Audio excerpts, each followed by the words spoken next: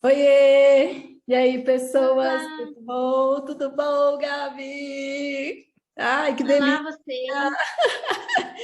Gente, esse então é o nosso primeiro episódio, né, do Semana Freud da segunda temporada. E a primeira temporada, né, estava eu e a Gabi, né? E agora, na segunda temporada, eu venho solo, mas tinha que ser ela para inaugurar essa nova fase, né? Afinal de contas, ela que deu o nome para a criança, né?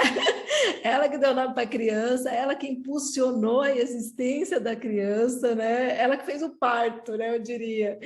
Então, eu achei nada mais justo, né, do que ser a nossa primeira convidada. E foi num insight mesmo, né, que ela me mandou um artigo, né, falando sobre a importância, né, sobre o livro, né, é uma espanhola, né, Gabi? Ela é uma jornalista espanhola Aí e ela só escreveu um para livro. aí Antes ele de fala falar, sobre a ela escreveu um importância. livro sobre maternidade. Isso, sobre a importância do feminismo, né, para a maternidade. E aí, quando ela me mandou o artigo, eu li, e na hora eu falei, cara, isso daqui é a Gabriela falando, né, assim, sobre várias coisas que a gente já conversou e vários olhares que ela já me trouxe dessa relação importante, né, tanto da importância do feminismo, né, no mundo contemporâneo, mas principalmente aqui a gente trazendo essa questão da importância do feminismo na maternidade, né? E aí, na hora, eu falei, cara, vamos embora, você vai ser a primeira, porque você tem que falar sobre isso, tem tudo a ver com ser mãe é Freud, né? E vamos ver o que vai vir. Eu estou bem empolgada, porque só o artigo que ela me mandou eu já achei incrível, e eu sei que ela, com tudo que ela vivencia, né, sendo uma mulher extremamente feminista, né, sendo uma mãe, né, ela vivencia de fato o que esse livro traz, né? Então, eu acho que é a pessoa mais capacitada para falar sobre isso e vamos aprender, né? E seja bem-vinda ao Ninho! É uma honra estar aqui, falar com a Má, é uma honra participar do Semana Freud. Foi uma ideia que também quando eu tive, eu pensei na Mayra na hora. Por quê, né? Semana Freud é ela mesma, é essa mulher, né, que está desenvolvendo todo um trabalho super sério, que eu super confio, e sobre a maternidade, sobre o papel da maternidade, sobre a maternidade para as mulheres, sobre como o mundo enxerga a maternidade. E aí eu mandei esse artigo para ela, na verdade é uma matéria falando justamente sobre o novo livro da Esther Vivas, ela se chama Esther Vivas, a jornalista, uma jornalista espanhola, que eu entrevistei a Esther Vivas em 2014, 2015, alguma coisa, por aí. E não tinha nada a ver com maternidade. De certo, ela não era nem, talvez não fosse nem mãe naquela época, mas tinha a ver com política de agrotóxico e alimentação. Ela era bem engajada nisso na Espanha. Novo tratado europeu sobre alimentos, era sobre isso, era sobre política. E ela é super engajada, era claramente de esquerda, né, lá na Espanha e nas lutas feministas. E aí ela deve ter se tornado mãe nesse ínterim. E aí ela escreveu um livro chamado Mamãe Desobediente, Mãe Desobediente, na verdade, é um olhar feminista sobre a maternidade. E só Que esse ainda nome, não tem. né? Só esse nome Mãe Desobediente já conversa com a psicanálise, que é totalmente subversiva, né? Exatamente. E aí ela lançou esse livro na Espanha, ainda está inédito no Brasil, porém já adquiri espanhol mesmo, esperando chegar lá de navio, sei lá quando vai A chegar. maternidade feminista e ansiosa, né? É, eu fiquei louca, eu falei, que demais, adorei o título e fui atrás. E aí, quando eu li o artigo, eu passei para a Mar e falei, Mar, olha que demais, isso aqui você vai gostar. E aí ela me convidou. E eu sou muito, muito agradecida e honrada por estar aqui mais uma vez falando com os ouvintes. Os E ouvintes, falando com com... os ouvintes, espectadores. Falando com os ouvintes, espectadores, me mostrando para os espectadores, tanto faz. Não, e assim, esse nome, ele é incrível, né? Assim, Mães Desobedientes, cara, assim, eu super me identifiquei, assim, né? E eu queria, assim, só que quando É, eu penso em desobediente, né? A gente sempre, né, dentro da nossa cultura, né? Assim, quando você fala em desobedecer, é um lugar do errado, né? Eu acho que é o primeiro lugar que vem para todo mundo é o lugar do errado, é o lugar do não pode, né? É o lugar do não faça isso porque a Não sociedade desobedeça. então assim, é quebrar as regras, né? Que é o que os nossos filhos normalmente, né? A grande maioria das mães reclamam e dos pais, né? Reclamam que o filho é desobediente. E aí, de repente, ela me traz mães desobedientes. Cara, eu achei incrível essa sacada. E aí eu queria que você, então, falasse dessa narrativa dela, né? Do que você consegue, qual que é a sua leitura sobre a definição que ela traz sobre ser desobediente na maternidade? Antes de tudo, a gente tem que lembrar que Mães Desobedientes, um olhar feminista sobre a maternidade, que é uma coisa que esse título inteiro, já só o Mães Desobedientes já chama atenção, mas o subtítulo também faz muita gente torcer o nariz, vai falar sobre feminismo e maternidade, não, feminismo. E aí a gente, justamente antes do podcast, estava conversando sobre esses estereótipos do feminismo, né? Que ainda, infelizmente, existem na nossa sociedade, principalmente na nossa sociedade brasileira. Tá me batendo, mulher? Fazer igual aqueles TikTok, né? Que a pessoa faz tum. Meu negócio aqui, eu não sei se foi um mosquito que entrou na frente da minha câmera, ela desfocou, mas tudo bem, vocês vão me ver desfocado, vocês não estão bem. Agora melhorou, tava meio desfocada, agora voltou. Não, já tá ok. Agora voltou. Agora voltou. A galera vai achar que tá bêbada. Nossa, eu bebi demais, a Mayra tá desfocada. Mas fala lá, vai lá. E ela justamente quer romper com esses estereótipos. E a questão da desobediência tem a ver com você resgatar a maternidade como mulher, como ser político, e não achar que a maternidade é uma coisa pronta que venderam para você. Ser mãe é isso aqui, que é justamente desde o começo do Ser Mãe é Freud, a gente fala muito sobre isso, né? Que não existe um manual de como ser mãe, ou não existe ser mãe certo, ser mãe errado. Não existe isso. E, infelizmente, o patriarcado nos vende essa narrativa de que você está sendo mãe errada, você está criando errado teu filho.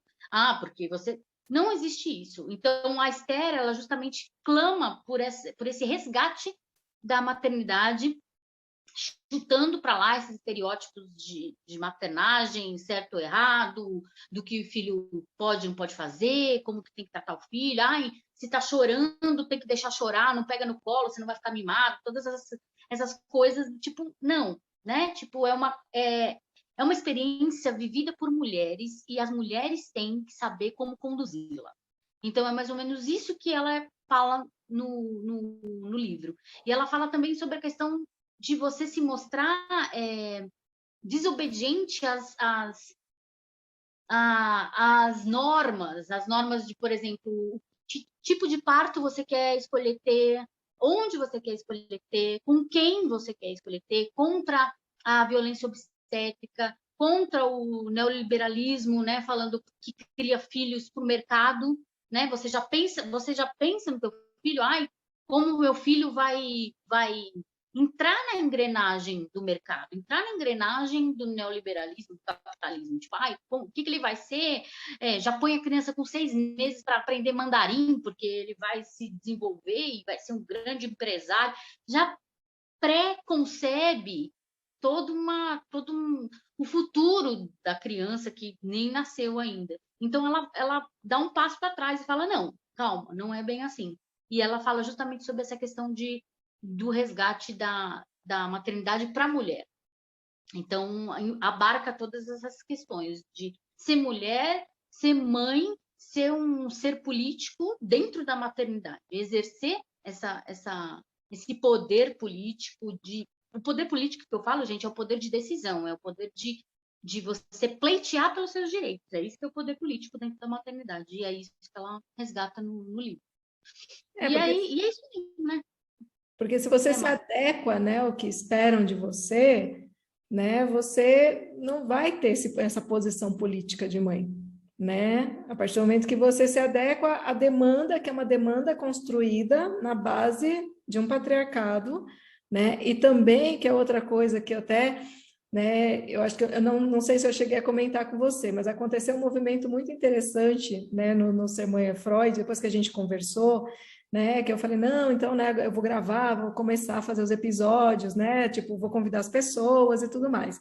E aí, num grupo que eu participo de estudo, até do Lacan, uma das participantes viu que eu postei sobre o meu outro podcast, né? Que eu falo, como é que é? O Pulso Logo Falo.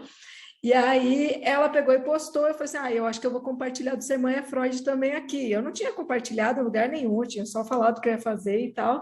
E aí eu compartilhei. E aí dentro desse grupo tem muitas mães psicanalistas, né? E eu não tinha parado para pensar nisso, que quando a gente começou o Ser Mãe é Freud, eu não conhecia quase mães psicanalistas, né? E aí, na hora que ela postou e eu vi todo mundo envolvido, tal, não sei o que, eu falei, cara, eu vou convidar essas mães para fazerem um coletivo, né, do Ser Mãe é Freud se tornar um coletivo de mães psicanalistas, né, justamente para trazer esse lugar de não existe certo ou errado, porque existe uma tendência, né, quando a gente vê conteúdos de maternidade por aí, que é uma tendência de você trazer a sua verdade, trazer a sua subjetividade materna, né? Então, assim, a Mayra faz assim. E quando a Mayra expressa como ela faz, sozinha num canal, ela acaba expressando aquilo como uma verdade, como o melhor caminho a ser tomado.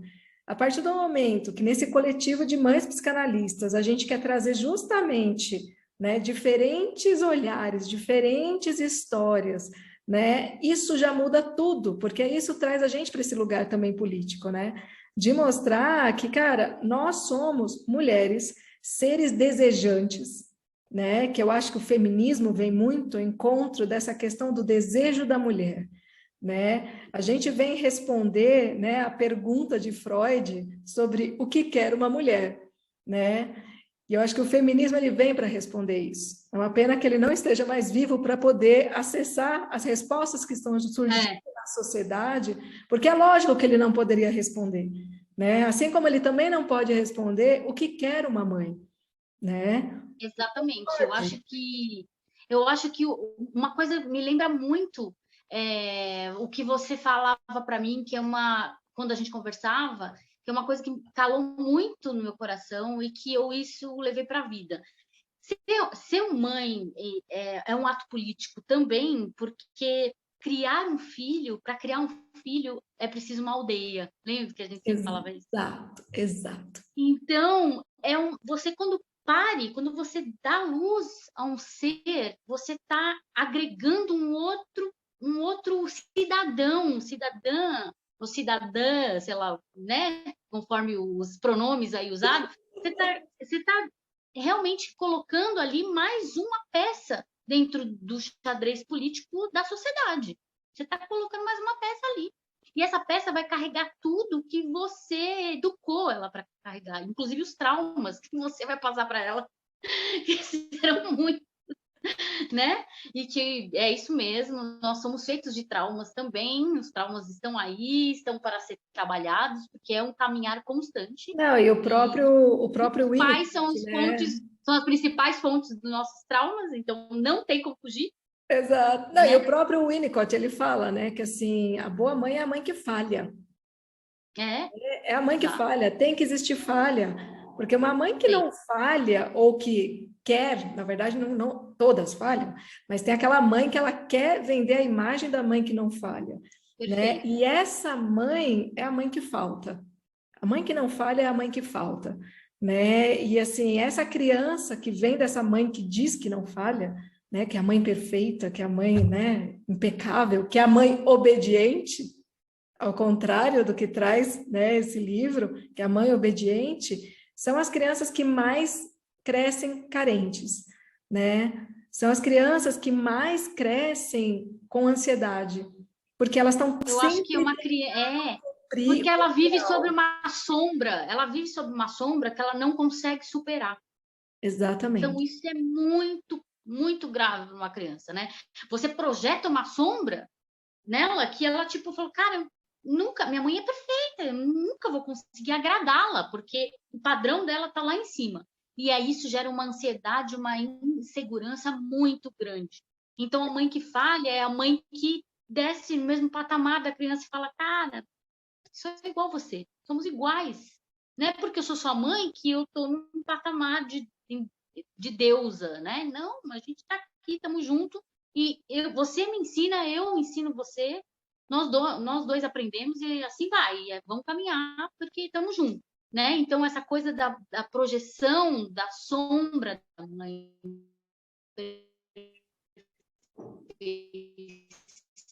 da mãe em cima dos filhos é É que tá muito grave. falhando aqui. Oh, já, pronto? Melhorou? Agora melhorou. Não sei, dessa internet. Então, essa é uma das coisas que ela fala. E essa coisa da desobediência é justamente isso, né? Você desobedecer essas regras, você fazer... trazer o que você entende como maternidade, né? Trazer o que você tem dentro de você como maternidade. Então, eu achei... É muito assim, as pessoas esperam, né, assim, eu falo assim, aquela coisa do instinto materno, né? É uma A grande gente já ilusão. falou que não existe. Que é uma grande ilusão, mas que a cobrança social é por isso, né? Não, a hora que nasce uma criança, nasce uma mãe. Não, gente, não mesmo, né? Assim, é um processo que eu acho que ele vai ser até o final da vida. E a gente nunca vai conseguir chegar num lugar onde a gente vai conseguir definir um parágrafo que é ser mãe. A verdade é essa, né? Porque não é algo definível, né? É algo que a gente sente.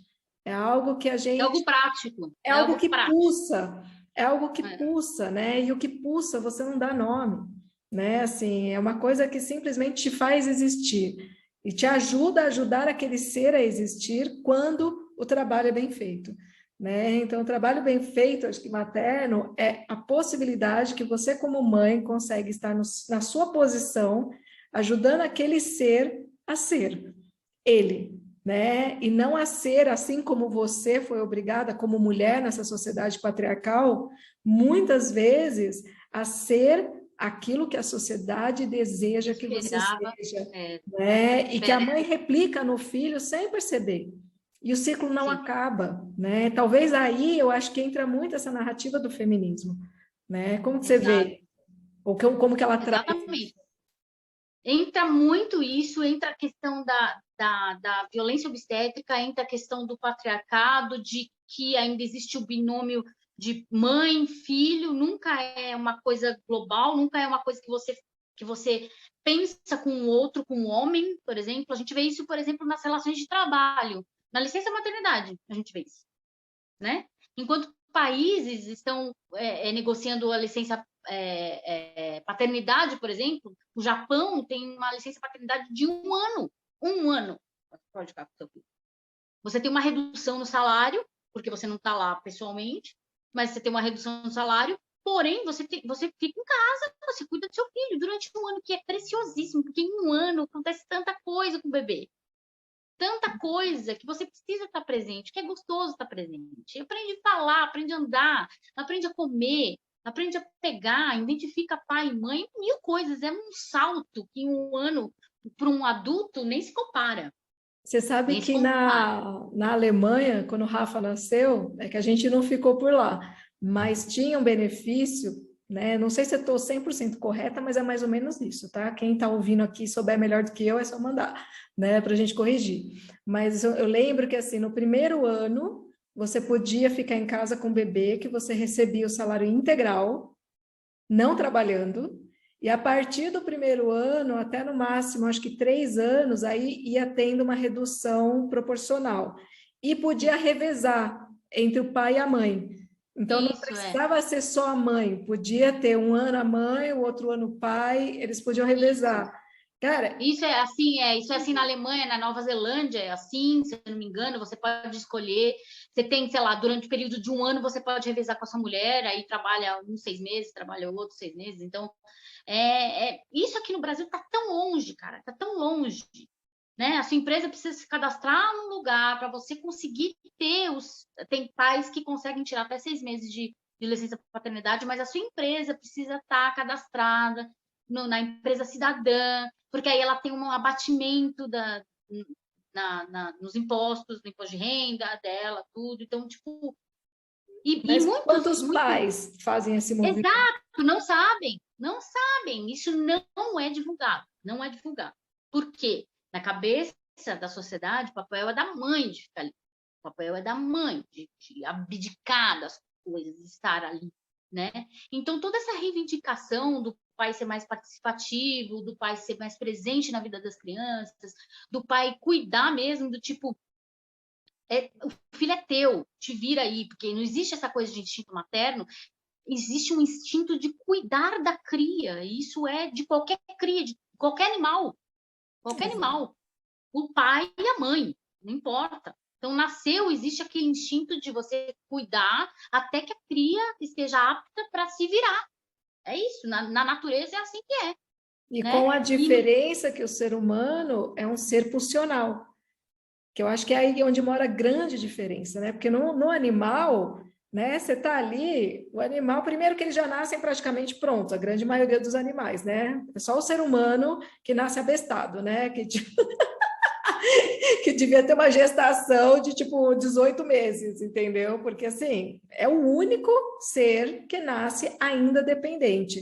E que, aliás, é muito bonito, né? Um dia eu li falando que o ser humano ele nasce dependente justamente para se criar esse afeto, esse vínculo, Laço, o que não existe, é. né, nas outras espécies, né? Só que tem um agravante.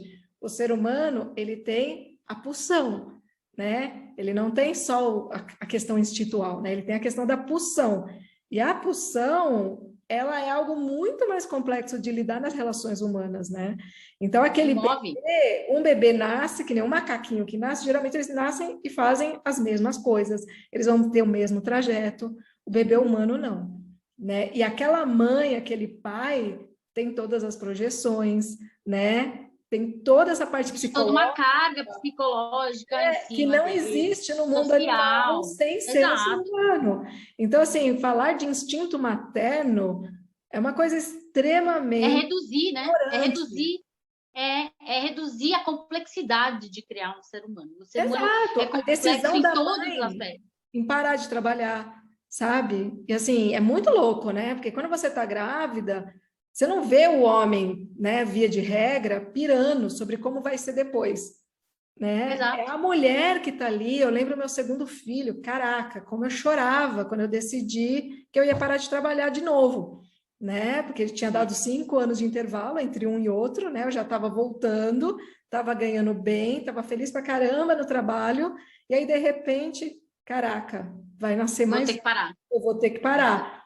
E aí, na verdade, assim, foi um momento muito difícil, porque eu realmente estava muito feliz no trabalho.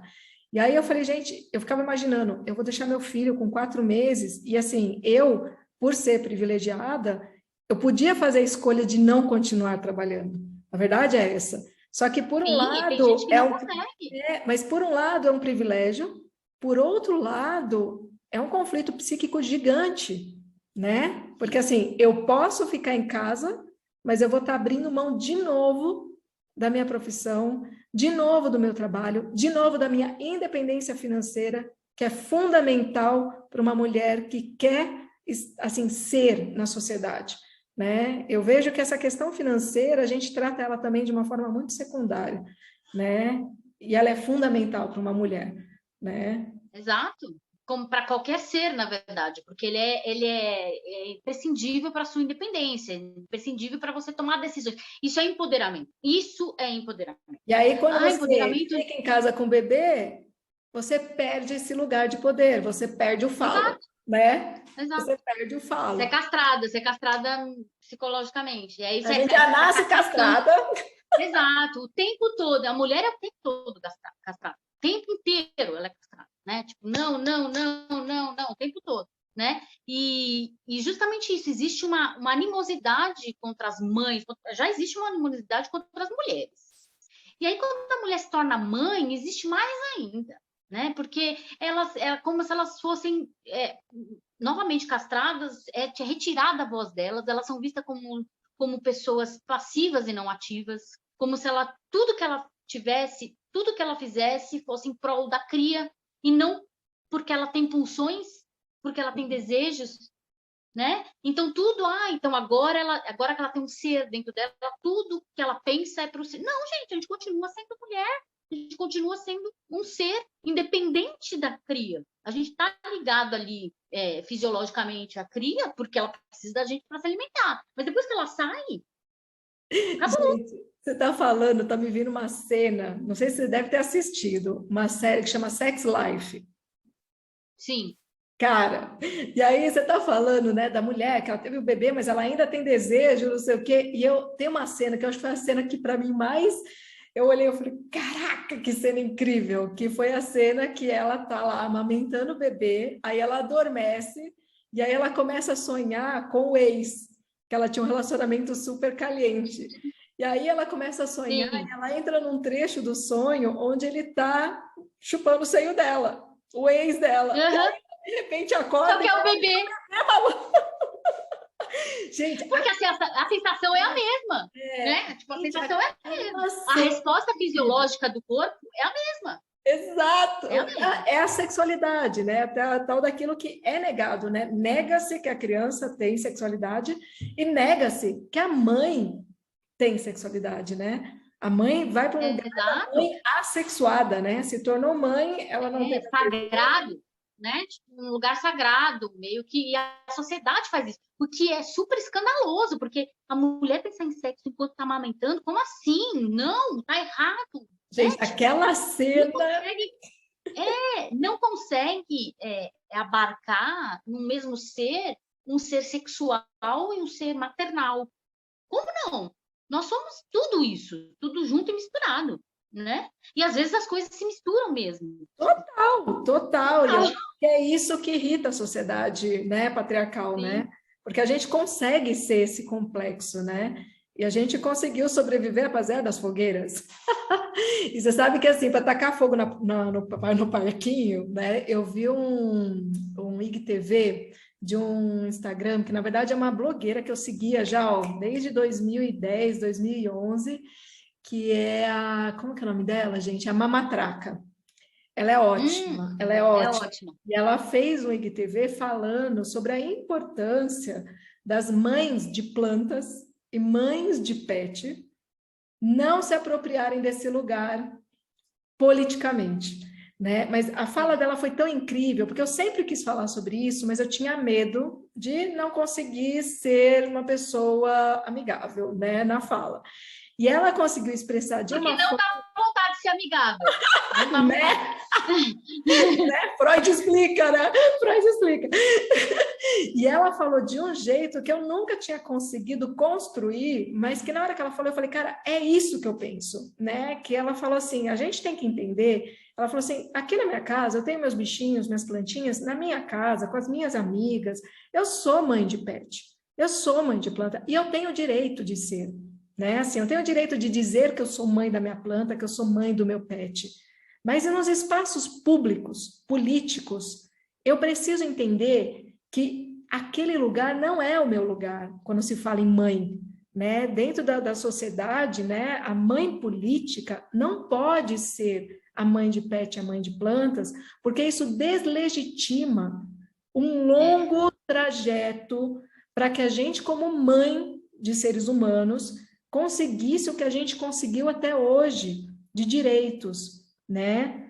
Então, assim, é uma discussão que pode parecer banal, mas não é banal, Não, né? é super Esse complexa lugar e de, eu envolve sou mãe muita de pet. coisa. Eu falei, gente, peraí, maternidade é outra coisa. E ela até falou uma coisa que eu ri muito. Ela falou, gente, desculpa, mas a mãe do seu cachorro é a cadela, né?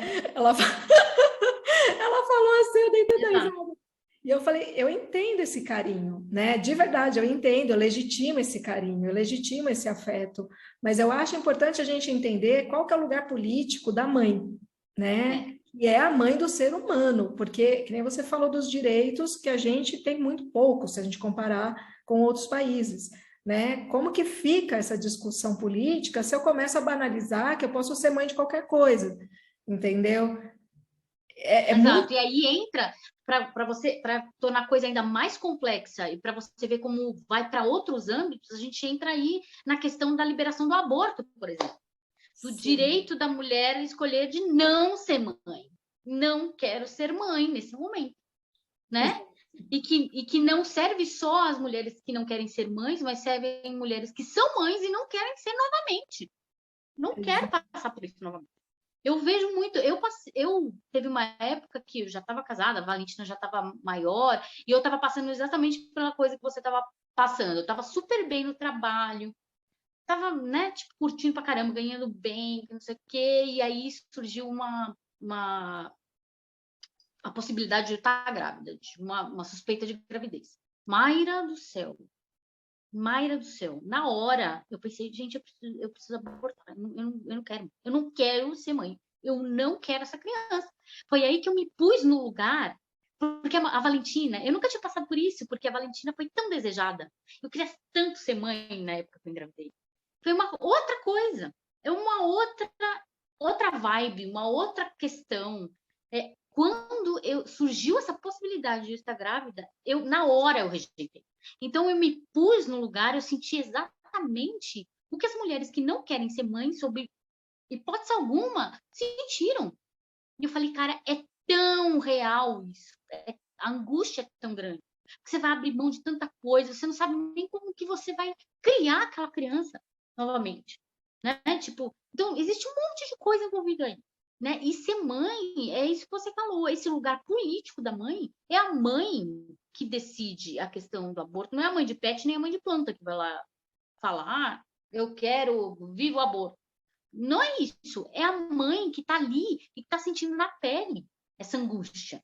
Né? E são milhares de mulheres que não são privilegiadas, que estão à beira, marginalizadas e que não conseguem, não têm apoio do governo, não têm apoio de família, não têm apoio da medicina, para nada. Então, sozinhas com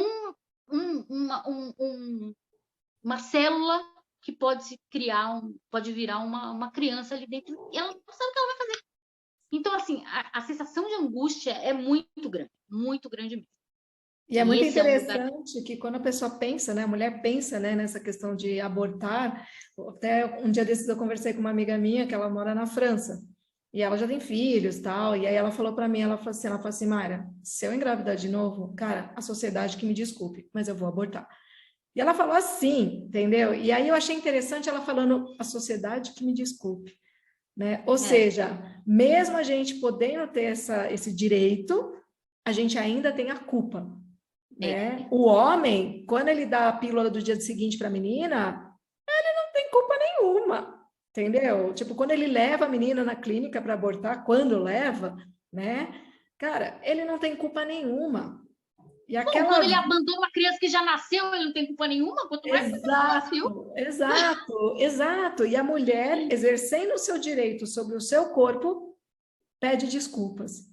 Né? É uma sociedade, ela é muito doente. Por isso que, para mim, assim, quando você trouxe esse livro, eu falei, cara, faz muito sentido, né? Porque, assim, precisa ter, sim, esse olhar feminista, né? Entendendo esse lugar feminista como lugar que vai nos dar o direito, né, a colocar o nosso desejo como mulheres na sociedade, né? E que todos participam dessa construção, né? Que nem aqui em casa, várias narrativas, eu começo a falar, o Rodrigo já fala. Ai, meu Deus, tá bom, patriarcado, não sei o quê. Eu falei, ah, que bom que você já sabe.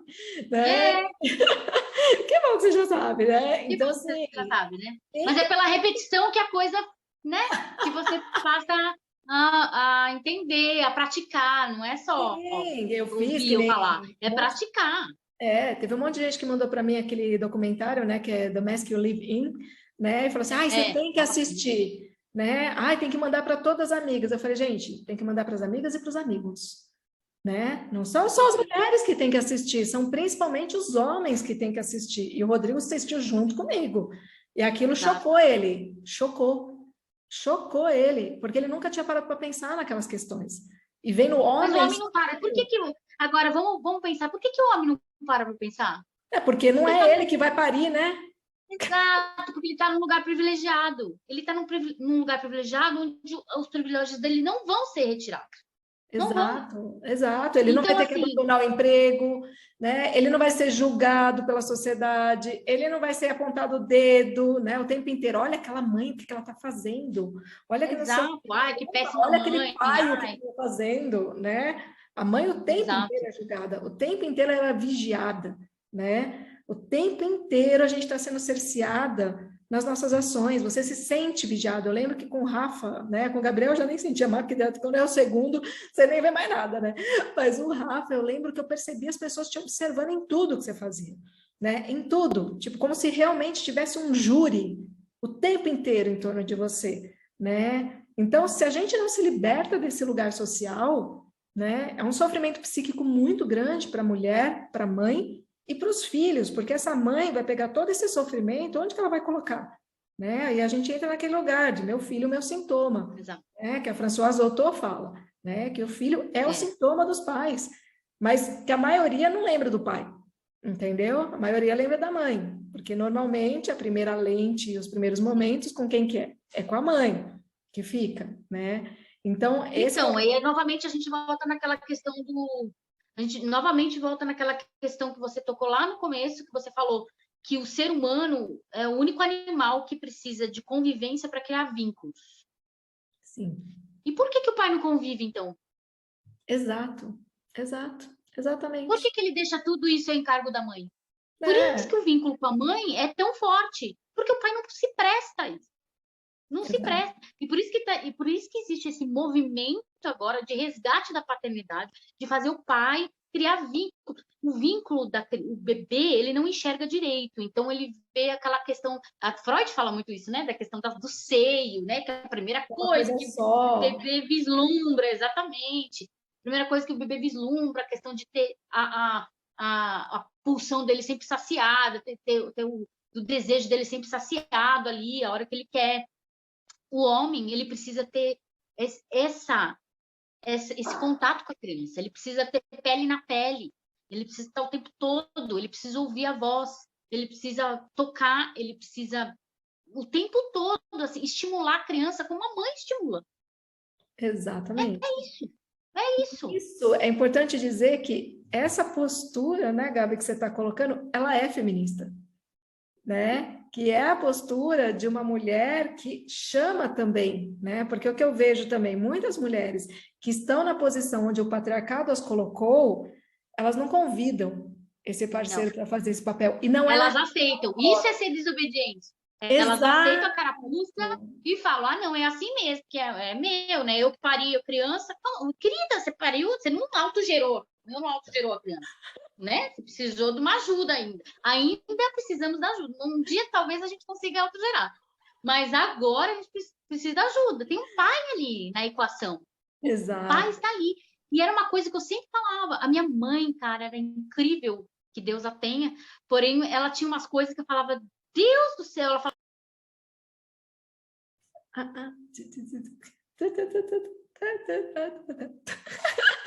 O seu áudio tá mudo? Eu parecia uma retardada aqui, tava mudo.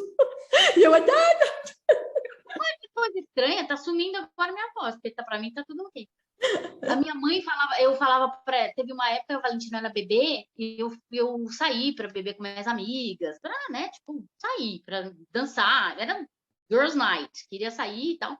E ela falou assim, ai, que absurdo, com quem que vai ficar a criança? Deixa ela aqui. Eu falei, a criança vai ficar com o pai. O pai está em casa e a criança vai ficar com o pai. Ah, não, deixa ela aqui, porque aí eu cuido dela. Eu falei, não, vai ficar com o pai. E ele vai saber o que fazer, que hora que vai dar mamar, que hora que vai trocar fralda, que roupa vai pôr, né? E é muito interessante também a questão de... A gente já falou isso até num outro episódio do Ser Mãe é Freud, de pais separados, né? Que a criança vai passar uma época, né, na casa do pai, e aí quando volta, a mãe julga, fala, ai, meu Deus, mas que roupa absurda, teu pai não penteou teu cabelo, que hora você foi comer, que hora... Gente, é o jeito do pai criar. É o pai. Isso é muito importante, essa distinção na cabecinha da criança do como o pai age e como a mãe age. É a base da identidade da criança. É base, porque senão a criança vai ser pré-moldada pela mãe, somente pela mãe. E aí não reclama, né? Exato. Aí não reclama depois.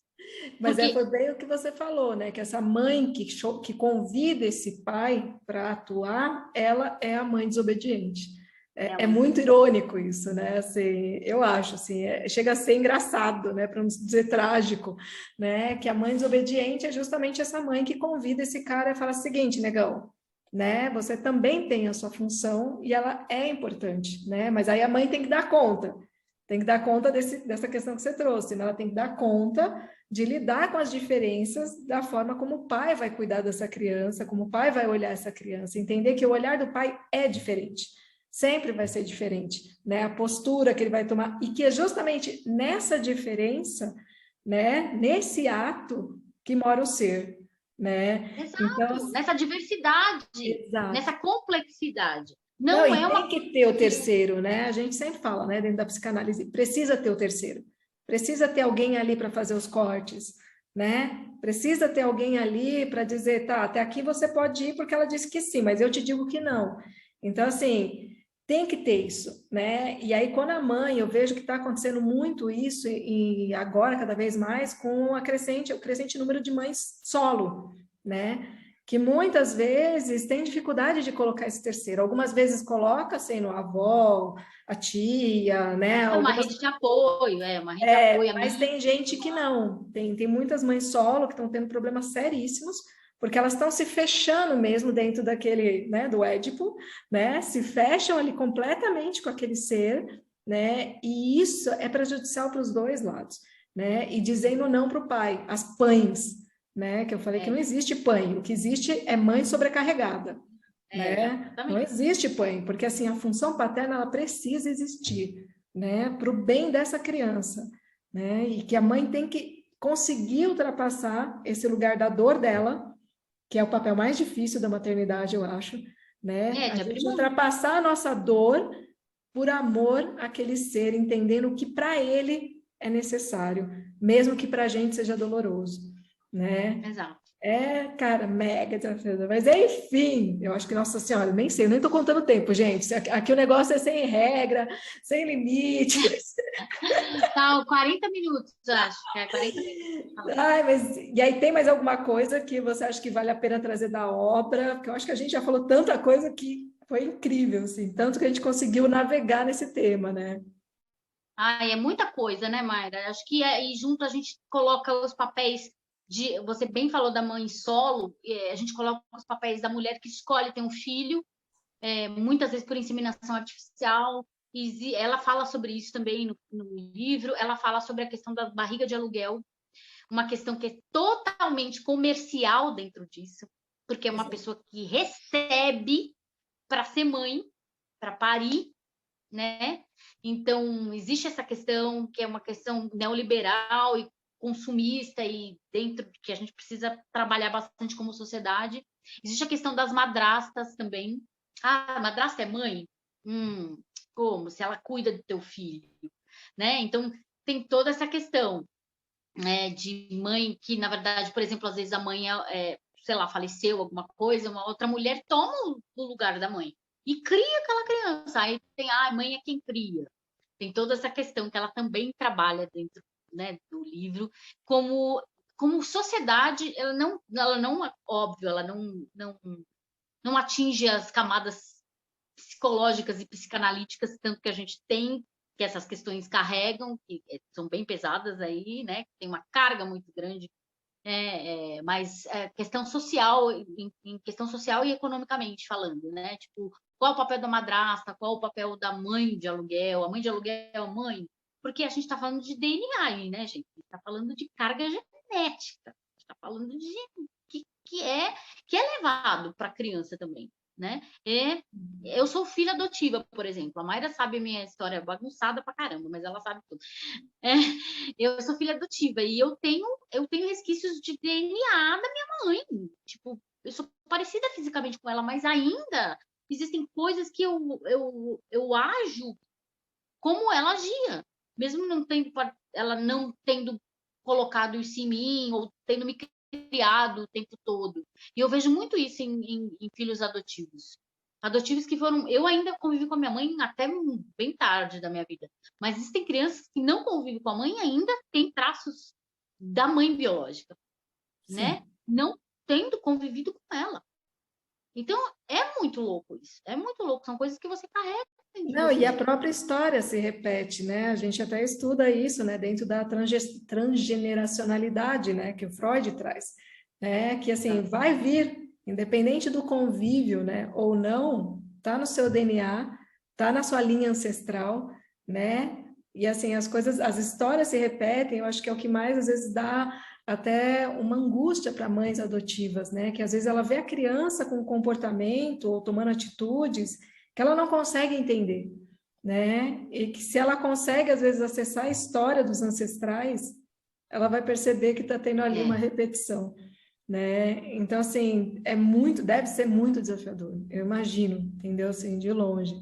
E aí você trouxe aí, você falou que você trouxe uns livros para poder indicar para quem quiser se aprofundar mais, né, nessas Eu questões. trouxe um livro, eu acho que assim, eu acho que eu acho que antes de qualquer coisa, antes da gente propor essa visão feminista da maternidade, a gente tem que ter apropriadamente o que é o feminismo. O feminismo ele não luta pela supremacia da mulher acima do homem, ele não luta sobre isso, ele luta pela igualdade social e econômica da mulher, né? Em par com o homem. Então, ela quer exatamente os mesmos privilégios que os homens têm, nós queremos. Isso em termos sociais e econômicos. Então, queremos ganhar tão bem quanto os homens ganham, queremos o privilégio de ter uma licença maternidade maior, queremos o privilégio de fazer coisas que homens fazem, que nós somos julgadas se fizermos.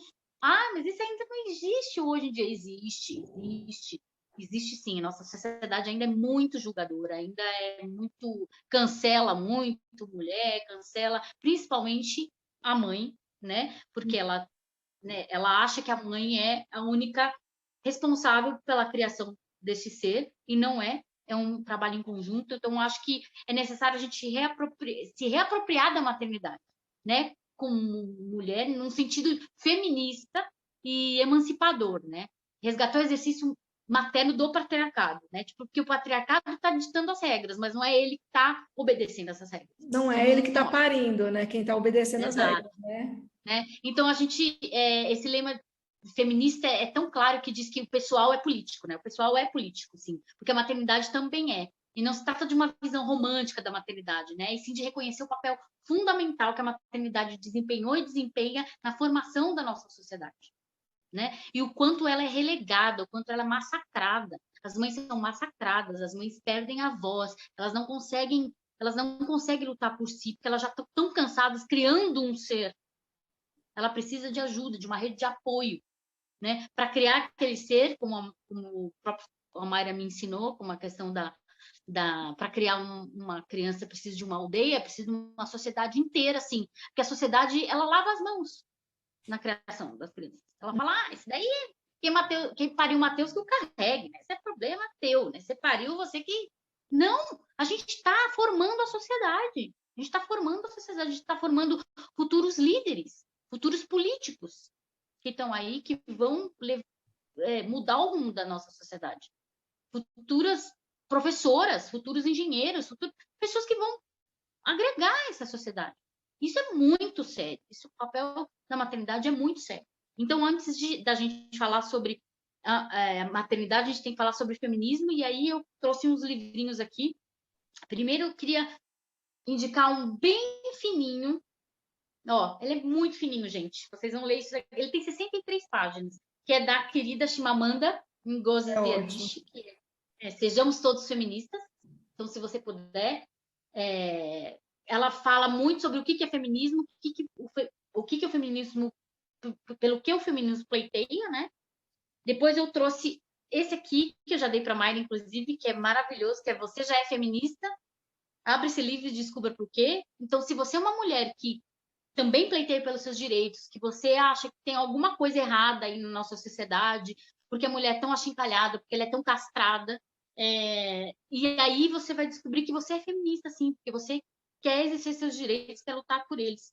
E a Simone de Beauvoir fala muito, né, de que para ser uma mulher, a gente não é livre até que todas sejam livres, porque é real, né? A gente está Nossa, aqui, arrepiei. né? A gente goza de alguns privilégios aqui no Brasil, por exemplo, E aí eu fico pensando nas minhas irmãs do Afeganistão agora, que estão perdendo todos os direitos que elas, os poucos direitos, na verdade, que elas Um tinham retrocesso conseguido, planetário, né? né? Então, assim, eu não consigo dormir em paz pensando que ainda existem mulheres que estão sob esse julgo, né? Então, é isso. Você não consegue ser livre até que todas sejam livres, né? Então, aqui, você já é feminista, é uma organização, né? Na verdade, são vários textos de várias mulheres da revista Asmina. É sensacional essa revista. Se você puder procurar na internet, o Instagram delas é sensacional. É As com Z, A-Z, Asmina, tá? E aí, por último, eu trouxe o meu queridinho, amado, idolatrado, que praticamente tem sido uma bíblia para mim. A Mayra viu me apaixonando, o processo de me apaixonar por esse livro, Sim. que é o Caliban e a Bruxa, da Silvia Federici, que é a mulher, corpo e apropriação, mulheres, corpo e acumulação primitiva, que fala muito da maternidade aqui, que fala como o corpo da mulher tornou-se uma ferramenta do patriarcado para enriquecimento, né, do capitalismo e do neoliberalismo.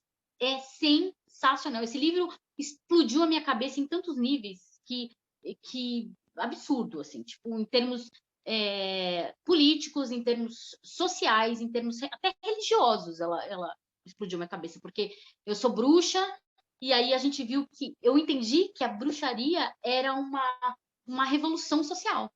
Não foi uma revolução, só uma revolução religiosa, foi uma revolução social. Foi um conjunto de mulheres que se rebelou contra o patriarcado e quis fazer contra a hegemonia da Igreja Católica, do cristianismo, e adotou o paganismo, tipo, é a religião que eu quero ter. E a liberdade religiosa que eu quero ter. E aí elas foram para a fogueira e durou 300 anos a perseguição às mulheres. Foi onde mais se matou mulher no mundo. 300 anos de perseguição, gente, é muita coisa. Então fica aqui esses 3 livros, eu tenho muito mais ainda, mas acho que para começar, tá bom.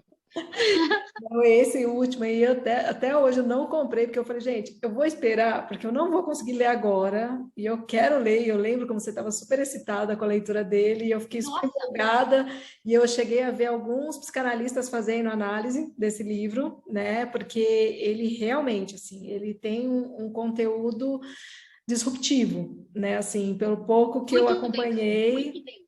Para vocês Então, terem noção, ele tem notas de rodapé que tomam uma página.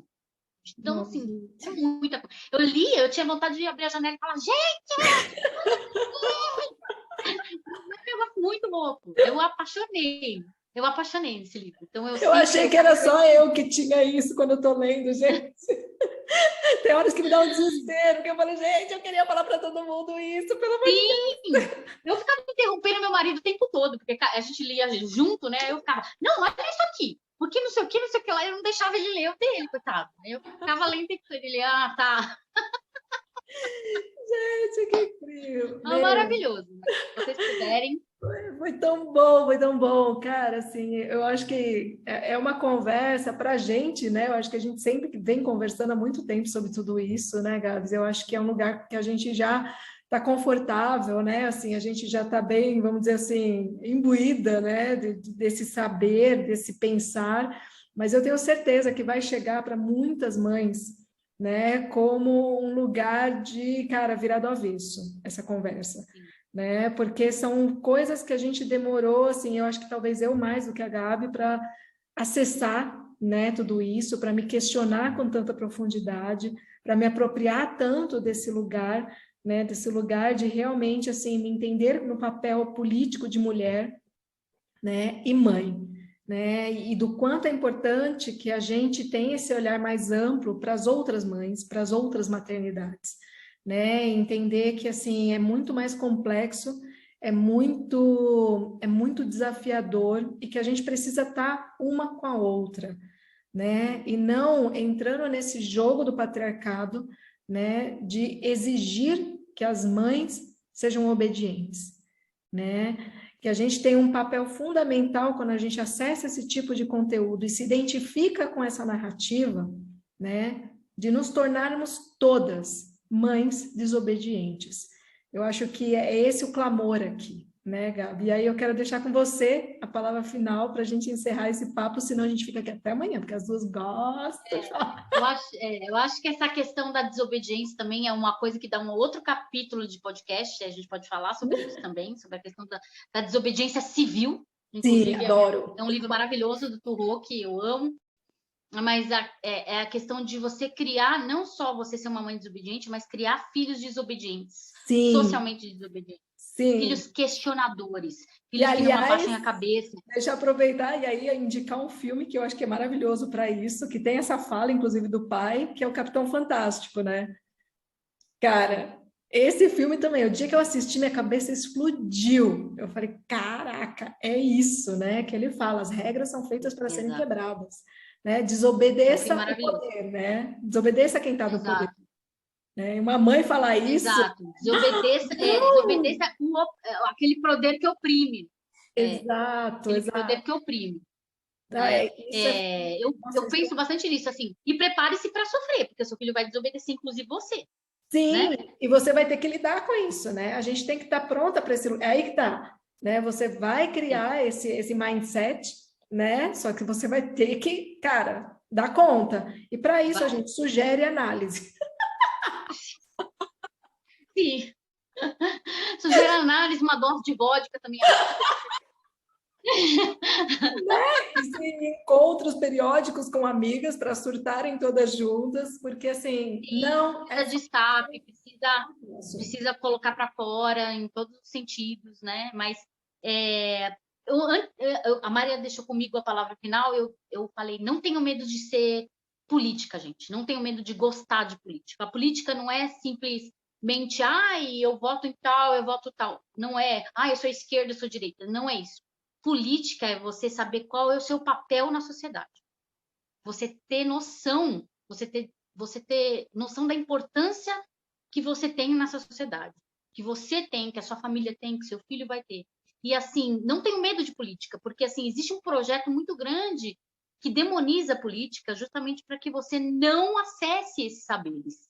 Porque é conveniente que o povo não seja político, não tenha noção do que é política, não queira exercer a cidadania dele. Né? Então, assim, não tenho medo de política. O feminismo está dentro da sociopolítica, faz parte de quem a gente é. Estude feminismo, não tenha medo do feminismo. O feminismo não é um monstro.